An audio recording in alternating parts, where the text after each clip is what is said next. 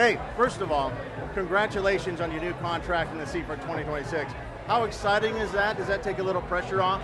Yeah, for sure. It's always nice to be announced and to be certain to be racing next year. And it's always takes also pressure off. And it's always very exciting because it's just the start of the journey. And I'm super happy to be continuing with the team next year. You really started to get your confidence back after Monza. You've had, it's a rookie season, ups and downs. I really feel like you're in the confidence fast lane now. Do you feel like you've built back that confidence? Yeah, for sure. Now, we got the momentum back, and we had 2 clean weekends, and confidence definitely, building up. And, as you said, I've had my big moments and my let's say, difficult moments, but now we're coming back, and that's the most important, and it's going to be important to keep delivering consistent results. Tough track coming up this weekend. How well do you know it? Have you had any rubber on the ground, or is it just simulators? How are you preparing for this weekend? Well, it's going to be my first time here in Austin, so FP1 is going to be my first time driving the track, but of course I've done a lot of preparation on the simulator, been working with the team and trying to prepare the race weekend the best way as possible, but it's going to be exciting. New tracks are always a big challenge, and but this one is going to be a special one because it's a really cool one. It's so unique with the uphill start, about 20 plus turns.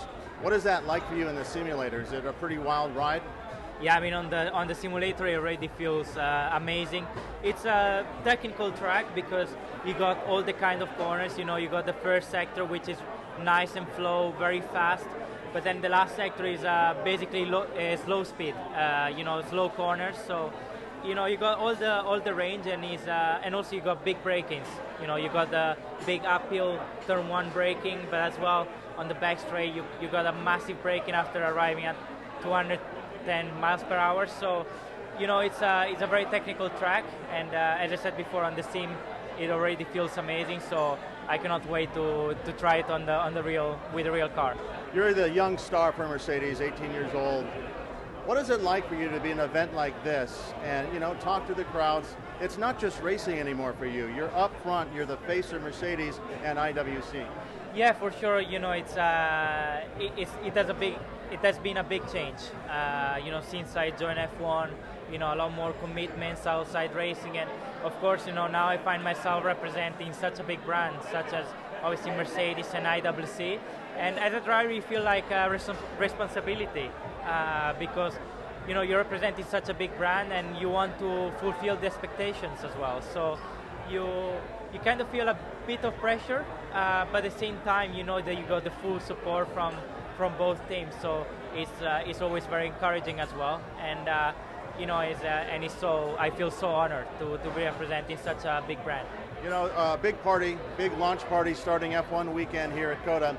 What are you wearing on your wrist? And tell me about the precision of watchmaking and how it relates to F1. So for this weekend we have a special watch. It's inspired by Mojave Desert and the Top Gun movie. And it's a pretty cool watch. I think that was the best race to launch this new watch collection. We'll have a special suit as well and special boots. So really excited to be rocking it on track this weekend. And I think the watch at the end, it really matches as well, the F1 world, because building a watch, it requires such a precision and as well it's all super detailed.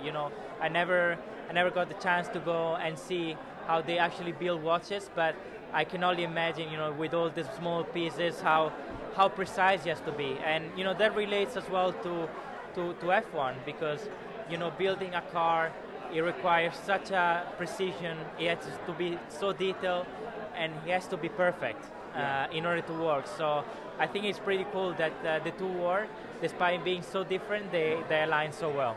Have you ever been to Austin before? You have the watch. Did you get the hat yet? What about the boots?